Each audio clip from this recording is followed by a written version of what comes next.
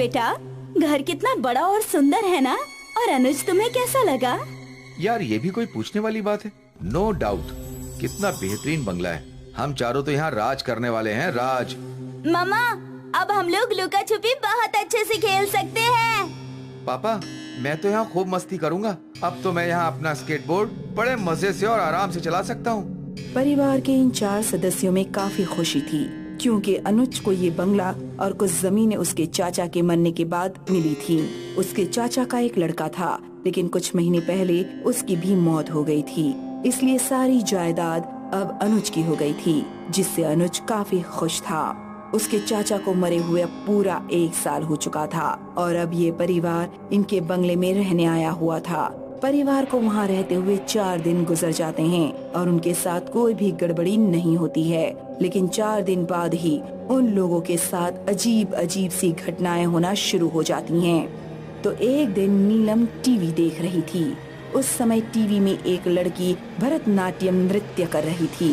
नीलम को भी बचपन से ही भरतनाट्यम नृत्य करने का बहुत शौक था, लेकिन वो किन्हीं कारण से सीख नहीं पाई थी, इसीलिए वो ज्यादातर टीवी में भरतनाट्यम नृत्य ही देखा करती थी कि तभी अचानक से उसके कमरे में उसकी बेटी भरतनाट्यम की पोशाक पहनकर आ जाती है और अचानक से वहाँ पर नृत्य करने लगती है।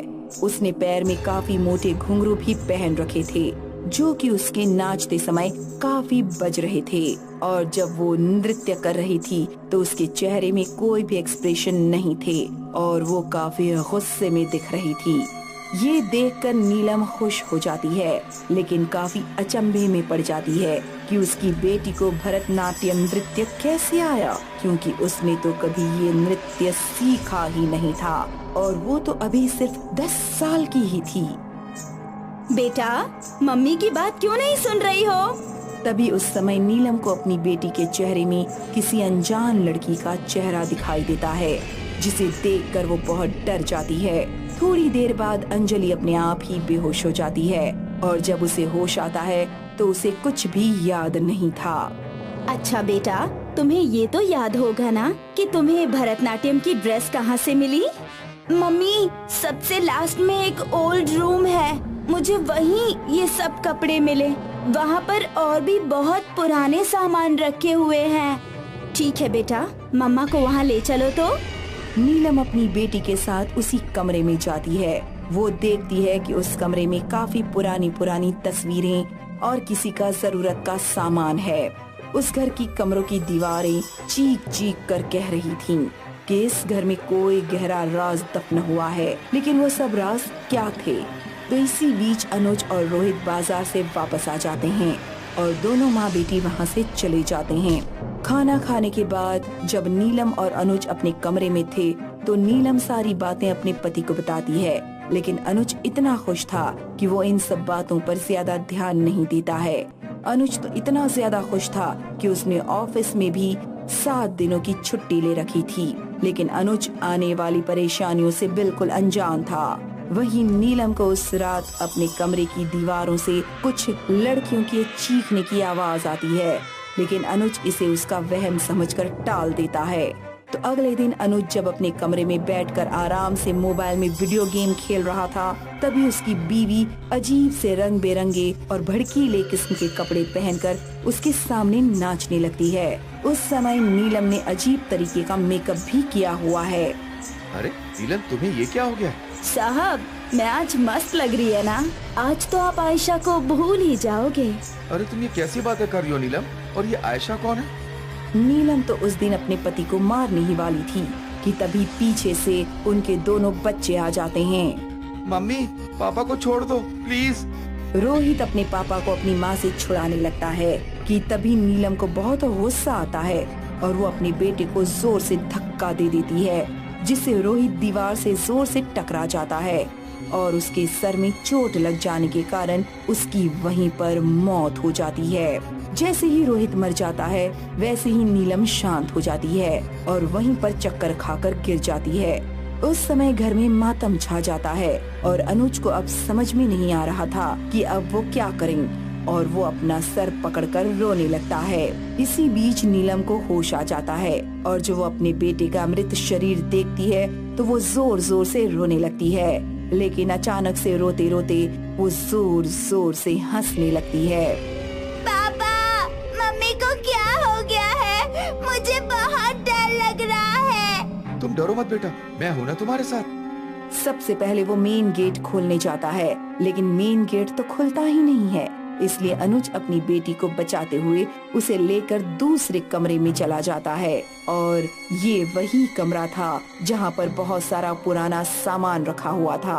वो समझ गया था कि उसके परिवार के ऊपर किसी बुरी आत्मा का साया है, इसीलिए वो इस परेशानी का हल करने के लिए वहाँ पर कोई सबूत ढूंढने लगता है। तभी उसे वहाँ पर एक डायरी मिलती है जो उसी के अंकल की थी। उस डायरी में उन्होंने बहुत सारी लड़कियों का फोन नंबर और नाम लिखा था, जिसमें से कुछ नाचने गाने वाली थीं और कुछ कॉल गर्ल्स थीं, जिसमें आयशा नाम की लड़की का नाम भी लिखा हुआ था। दरअसल उनके चाचा को एक अजीब तरीके का डिसऑर्डर था, जिसमें उन्हें दूसरों को दर्द में देखते हुए काफी अच्छा लगता था और वो इसी चीज की कमी को उन लड़कियों को अपने घर में बुलाकर करते थे। पहले वो उनके साथ समय बिताते और बाद में उन्हें तड़पा तड़पा कर मार डालते। उन्होंने ये सब केवल एक लड़की के साथ नहीं बल्कि कई लड़कियों के साथ किया था, जिसमें से एक काजल नाम की लड़की भी थी, जिसे भरतनाट्यम बहुत अच्छे से आता था।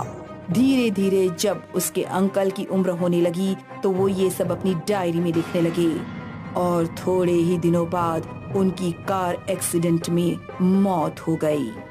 तभी अनुज सबसे पहले उस कमरे को जलाने की सोचता है।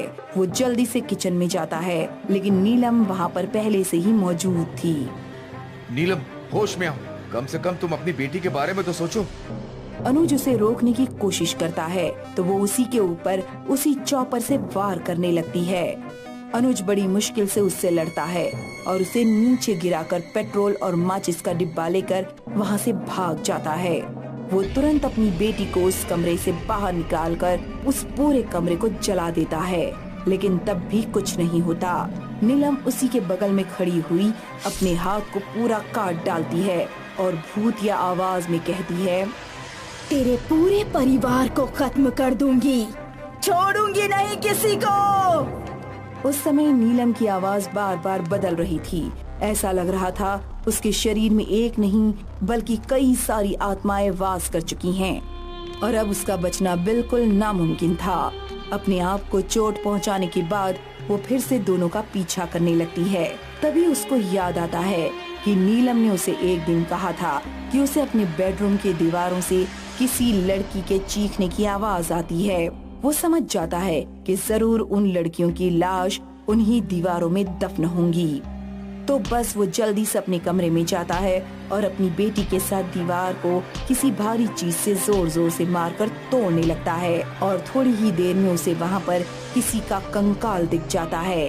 तभी उसकी पत्नी वहाँ पर आ जाती है और अपनी बेटी को पीछे से पकड़ लेती है। वो अपनी पत्नी की तरफ देखता हुआ जल्दी से उस दीवार में पेट्रोल छिड़क देता है और उस दीवार को पूरा जला देता है, जिससे उसकी बीवी वहीं नीचे गिर जाती है। सब खत्म हो गया था और दोनों की जान बच गई थी। चलो बेटा, चलो।